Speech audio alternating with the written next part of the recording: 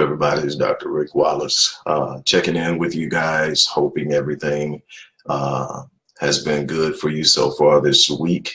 Wanting to encourage you to understand that whether things are going well right now or not, that your current moment is not the most definitive influence on how your life will go. In other words, what the moment you're in now, the situation you're in now, what you're going through now is not what's going to define you over the entirety of your life if you don't allow it to.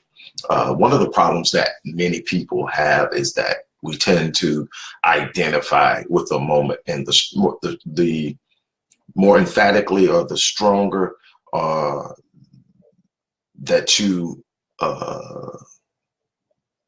identify with something, the more it becomes a part of your identity. When you attach yourself to a moment in your life in such an emphatic way, it becomes a part of who you are. It begins to define your behavior. It begins to define how you perceive things. It starts to be an influential element or component of the development of your progressive philosophy. And your philosophy is going to influence your beliefs. Your philosophy is going to influence your expectations. Your philosophy will influence the way you perceive others around you, whether you see something as an opportunity or a problem. All of those things are determined within your personal philosophy. And when you identify with a moment, it becomes a part of your personal philosophy. You must learn how to engage momentary situations as just that, something that you're dealing with now, that if you deal with it appropriately will be a progressive mechanism in your growth process. But if you deal with it in the wrong way, if you give it too much power, if you give it too much influence on your identity, in other words, if you look at it and say, okay, right now, look at something that a lot of people, almost everybody at some point thinks about. Right now, my bank account's kind of funny. My money's funny right now. So you start saying I'm broke. You start saying I'm poor. You start talking about lack. You start to identify with it. And what you don't realize is at the time you're identifying with a moment and you're creating a philosophy around what you identify with. You're starting to see it as being a part of who you are. And it's happening at a subconscious level. It's not the things you're talking about on the surface or thinking on the surface. It's just simply the fact that you are identifying with this particular event in your life or this particular momentary reality. Something that one of my mentors taught me a long time ago, one of my business mentors, he says that once you learn how to build a business, once you learn business, once you learn how to make money, you are never really truly broke. And don't ever say you're broke. If you find yourself cash strapped, say you're cash strapped, or say you're having a cash flow issue. A cash flow issue is something that is inherently solvable. In other words, just saying I have a cash flow issue means that right now I don't have cash at the level I need it or want it, but it's a problem that can be solved. When you start talking about poverty and lack, when you start talking about you being broke, and you start to identify with being broke, you will start to produce behavior of people who are broke. It's just simply the way you design. Your behavior will always match your mindset and your belief in your self-image and the things you think about yourself. That's how you maintain your sanity, is by producing behavior and habits that are directly correlated with what you feel about yourself. So that's just something I want to put on. I'm not going to be too long. What I'm going to talk to you real briefly about this morning is reclaiming your sovereignty. And the one thing that the advancement of technology has done while providing these unbelievable opportunities for communication, for business, for personal development and personal growth, access to almost unimaginable resources. What it's also done is it's robbed us of our autonomy, our sovereignty, our ability to personally control our environment and determine our mindset, set our states, emotionally, psychologically, physically, spiritually, so forth. And what I mean when I say reclaim our sovereignty, what I mean is that think about what the vast majority of us do. And I struggle with this myself. So this isn't something that I've absolutely mastered. It's just something that I'm aware of. And when I catch myself struggling in areas, I start to go back and I start to look at what am I doing that I shouldn't be doing, or what is it that I'm not doing that I should be doing. And I start to say, okay, this is something that I got to work on. So it becomes a focus of what I need to work on. When it comes to reclaiming the sovereignty, what we've done with the advancement of technology, almost all of us now have smartphones. Heck, almost all of our kids have smartphones. But check this out. Smartphones, most people don't realize this. Smartphones emerged right around the time of the emergence and rise of social media. And, you know, in the mid 2000s, the rise of social media, first it was MySpace, and then Facebook emerged, and Twitter, and all these things. And if you look, here comes smartphones. There were some that preceded the iPhone, which is normally considered the first smartphone, and then I believe it was Evo and all that. But there were actually ones that preceded that, like the Sprint Pocket, 6700 Pocket PC, a couple of others, that the Trio, a couple of others that were the predecessor to what we have now. And what happened is these smartphones were actually designed to work in conjunction with social media, and they were designed to infuse a dopamine rush. What is dopamine? Dopamine is a hormone released by the brain that creates this euphoric feeling that you have. It gets you upbeat. And what happens is you catch people on the phone and they don't even know why they have to pick up that phone. It's the dopamine rush they get from it. It's a feeling that of well-being and good. Here's the problem though. How many of you, be honest, how many of you, the moment you wake up, reach for the phone? It's the first thing you do is reach for your phone. Start scrolling, you're looking for likes, you're checking your emails, you're doing all of those things. But the moment you pick that phone up, when you wake up in the morning, your mind is at its purest state. You have slept, and hopefully if you slept good, you've reached REM sleep, where you've totally detached yourself from all of the struggles, the mental stresses and everything of the previous day, and you've allowed your brain to rest and recover. When you wake up in the morning, your right side of the brain is completely in charge. That's your creative side. That's your innovative side. That's the side that allows you to see things that are not as though they were.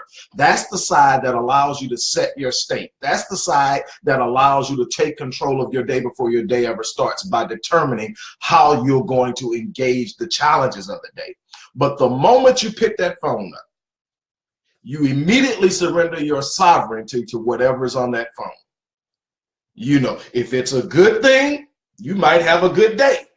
If somebody sent you a text message with bad news, it's probably going to be a bad day. Why? Because the first engagement of the day was an engagement, number one, where you surrendered your sovereignty. Number two, you engaged something that was not on a high energy frequency, something that was not going to, and it sets the mood. And once your mood is set, if you don't know how to rescue yourself from a bad state, from a state of sadness, from a state of anger, from a state of frustration, from a state of hopelessness, whatever it is, if you don't know how to rescue yourself, you can literally go through your entire day, and that could lead to your entire week and on down the line, and you'll look up 3 or 4 months and you don't understand what's going on. It's because you're surrendering your sovereignty.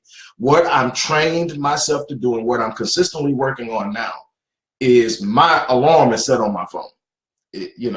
So I've got my phone programmed where I don't have to look at it to turn the alarm off. I just click the side button on it and it turns the alarm off, and I'm good. I don't look at that phone for the first hour. Here's why. My first 10 minutes is setting my state. It's a state of meditation where I'm determining all the things that I'm grateful for. I never think about the things that I have to be frustrated about. It's all about what I'm grateful for. I set a state of gratitude first and foremost. Then I set a state of expectation. I say that I am equipped to handle any challenge that I'm going to come in contact with. Therefore, there is nothing for me to be upset about, stressed out about, bothered, frenetic or unglued about, because I have everything that I need to overcome any challenge. In other words, I'm built for this. That's the setting of my state, the meditation. Then the next phase is the inspirational phase, where I'm going to sit down and I'm going to read something, or I'm going to watch a video, or I'm going to listen to a tape, or I'm going to do something that's going to remind me of what's possible, inspire me. I'm going to look and read some story about somebody else that done something absolutely extraordinary, phenomenal, that started from nowhere. I'm going to consistently remind myself. Sometimes I'm reading and listening to my own stuff. And that's inspiring. You know, man, I got inspiring stuff, so it's inspiring. But what I have learned is that when you surrender your sovereignty, when you sit up and you turn your day over to whatever's on that phone, yeah, sometimes you get that dopamine rush that you're so used to by picking up the phone. Matter of fact, just picking up the phone triggers a neurological response that triggers dopamine. Why? Because your brain is now aware that when you pick up that phone, there's a certain state that you are in. There's a certain emotional feeling or characteristic that you develop. There are certain things that you absolutely are associated with in the way of feeling. So if you've got this, if you are the person who gets a dopamine rush when you pick up your phone and start scrolling it, the moment you touch that phone in the morning, you get a dopamine rush. But here's the problem. That dopamine rush could immediately be interrupted by the bad news that's on that phone. However, if you don't touch that phone, if you set a time, maybe it's not an hour. I like to set a time up where the first hour of my day and the last hour of my day are completely under my control. I'm not trying to talk to nobody. I'm not trying to hear anything. I'm not taking phone calls. It's a place where I'm getting my mindset, because I want to go to sleep with the right mindset, because that will determine how well I sleep. Have you had those nights where you go to bed and you toss and you turn? You went to bed troubled. You went to bed without purging yourself of things that you can't do anything about while you sleep. And if you slept bad, you're going to wake up bad. But so the first thing, the hour in the morning, the hour afterwards, I'm going to sit up and I'm going to say, okay, you know what? This is how my day is going to be. I'm going to determine how my day is going to be. No, I'm not going to be able to determine every situation and every circumstance, because some of those things are controlled and created by other people. But I am going to control how I engage it, how I interpret it, how I respond to it, and what outcome I'm going to produce for it. I'm going to find a way to produce a positive outcome out of everything that comes into my life. I have the power to do that. I maintain the sovereignty and the power to control my destiny. Absolutely no one else does that but me. I was given that right and sovereignty at the moment of birth, and with the construct of my design, I have that power. I refuse to give that power to anyone else. I refuse to surrender it to anyone else. But what I found, when I pick up that phone in the morning, I am now at a certain level a prisoner of what's on that phone, because it will impact me. But if I take an hour, maybe with you it's 30 minutes, maybe you start out with 10, but you got to have a point where that's not the first thing you do is pick that phone up. So what I do is I get up, throw it over, throw my clothes on, head downstairs, sit up, and get my mind right, set my state. Then after I've done that, after I've set my state, I begin a process of moving through my day, one of which is checking my emails, checking my phones. And then eventually I move into social media. And the first thing I normally do is, when I finally get to social media, is post a Good Morning Warriors post and with a tip on it. And then I'm still not checking any external messages that have been sent to me. Why? Because I'm still moving. I'm giving what I've set time to take hold. Then when I do look at something, if it's good, great. if it's bad, I still got this. Why? Because I'm in this unbelievably awesome state that tells me there's nothing that I'm going to come up against that I can't handle. But if I wake up in the morning and I've got my right side of the brain, the creative side of the brain going 100%, and I immediately disrupt that. Number one, I interrupt some unbelievable ideas. Some of the greatest ideas I've ever had have happened before I started using my critical or my constructive side of my brain, my rational side of my brain, because the rational side is designed to look at things from a logical perspective. Sometimes you don't need logic. You need expansive thought, lateral thought, the ability to step outside of the box. And the best time to do that is when your brain is totally on autopilot, when it's just going and examining and investigating all of the unbelievable possibilities that's set before you.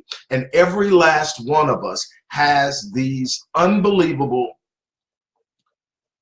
opportunities.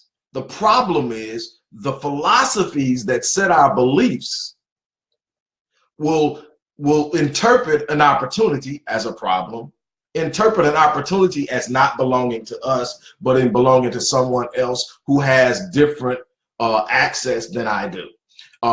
Your belief systems are set up by your philosophies. What you think you can have, what you think you can do, what you think you're capable of, what's out there for you is all determined by your philosophies. Those philosophies that are set by paradigms that will literally present to you what you think about life, how you view life, how you see life.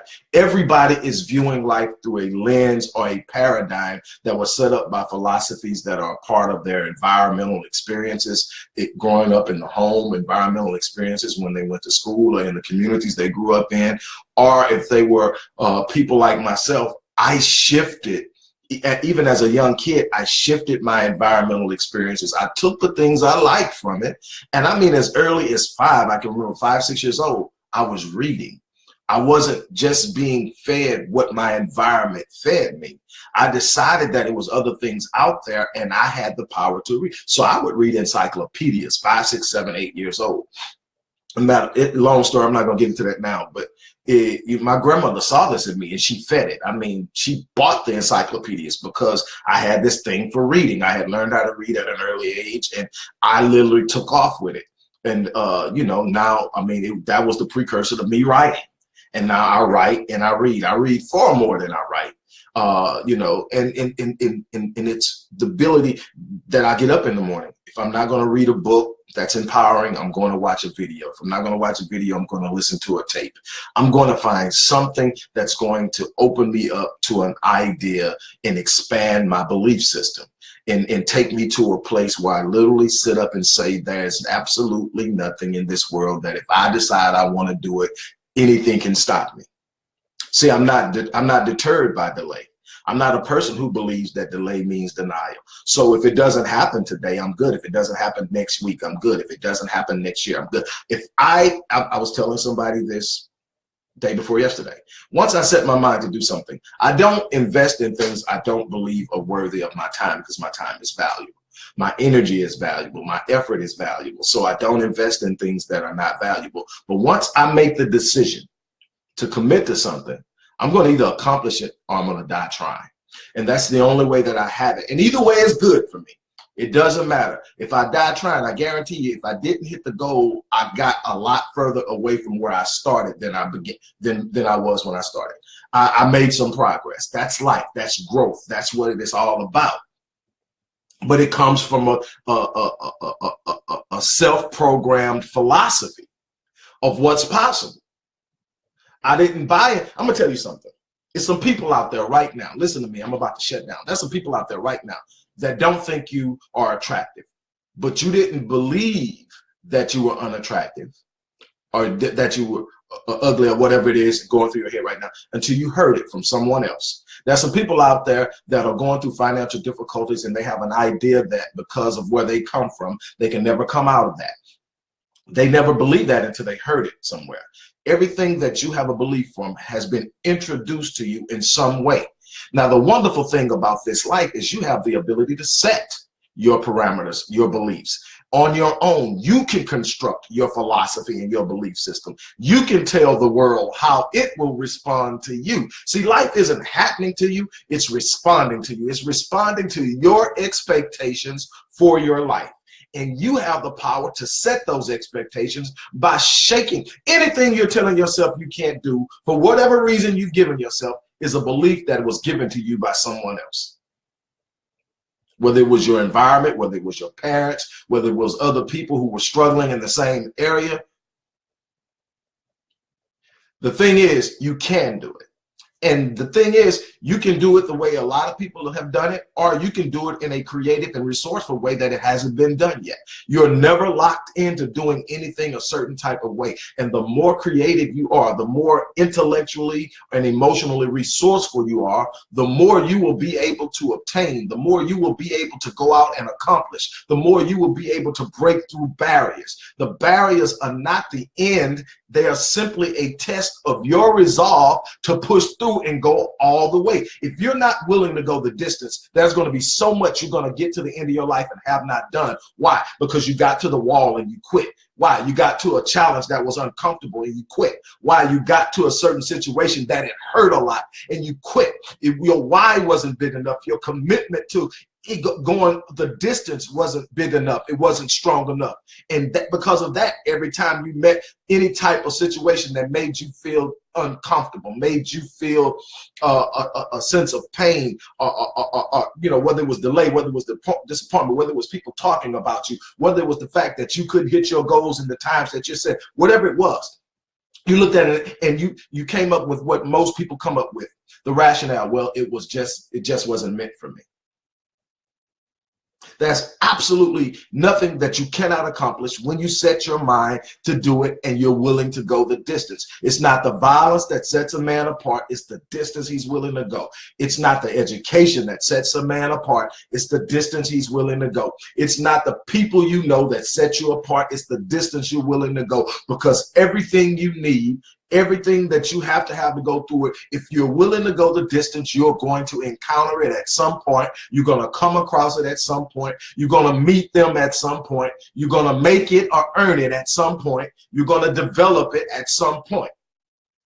It's only when you get to the difficulty and quit that you relinquish the vision, that you relinquish the capacity, that you relinquish the opportunity. We've got to reclaim our sovereignty. We've got to wake up in the morning and set our state and determine how we're going to engage today. We've got to be willing to look at some things and say, you know what? I think Will Smith said it best. He says, I'm not the most talented person to show up. I'm not the most gifted person to show up.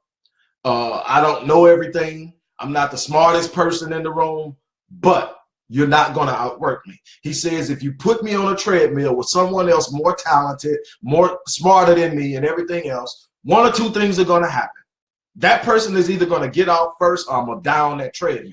And that's the mindset you got to have. It's not, we have a tendency to look at people and see the advantages they have and automatically quit because we feel we can't win. If you're going to beat me, you're going to have to beat me. Then you're going to have to beat me again and beat me again. And you're going to have to keep beating me until I die, until I win. That is a mindset that when you develop it, things change. When you look at it and say, I haven't lost until I died, that mindset totally changes things because you're looking at things. It's unbelievable how many people talk themselves out of progress by the stories that they tell themselves. And I'm about to check out of here. But so many people are talking themselves out. Every time you mention the word can't, you set a limitation in your mind that guarantees that you can't. Every time that you sit up and say, I could, but, you're setting limitations based on whatever follows that but. There are no limitations. I say this all the time. There are no limitations in your life except those that you accept with your mind. Your mind is the most powerful force in your universe. And if you accept something with your mind, it is a lot that's pretty much what you're going to get. The problem is the more you focus on it, the more powerful it becomes. You focusing on your lack, so you have perpetual lack. You're focusing on the disadvantages, so they consistently present themselves. It's not that advantages don't exist. It's that whatever you focus on, you tell your reticular activating system that this is what I'm looking for. So your reticular activating system says they're trying to identify disadvantages. So I'm going to consistently find all of the disadvantages that are working against them. You've got to shift your philosophy. You've got to change the questions that you're asking yourself. You've got to change the things you're focused on. Well, anyway, that's it for now. I've got to check out of here. I want to thank you guys for stopping by. I've got a lot to get done today, so this was a pretty short thing. But reclaim your sovereignty. Leave that phone alone when you wake up in the morning. 30 minutes, an hour. Set your day. Spend that time in a moment of sovereignty when nothing outside of you is influencing how you feel, what you think, what you expect, and how you're going to engage your day. That's the moment where you set your sovereignty for the entire day, so that when you do encounter something, this thing, you go, if you run your own business, or if you work with someone else, if you got an email that's saying I need this, now your mind is already trying to respond and react to that. You got somebody else dictating your movement the moment you step out the door. Where's your sovereignty in that? You got to have some sovereignty. And as a business owner, I can tell you, I have a responsibility to my clients. No matter which one of the businesses that I'm talking about, whether it's Master Fitness 21, whether it's the Visionetics Institute, whether it's Odyssey Media Group, it doesn't matter. I have clients and people asking me for things, that need things, and I have a certain standard of excellence in which I try to deliver my products and services. And when a customer wants them, I'm going to give it to them. But there are some things that I will absolutely not allow. I'm not going to allow anyone or anything to interrupt my sovereignty. Why? Because now you have an influence on how I perceive and move about my day.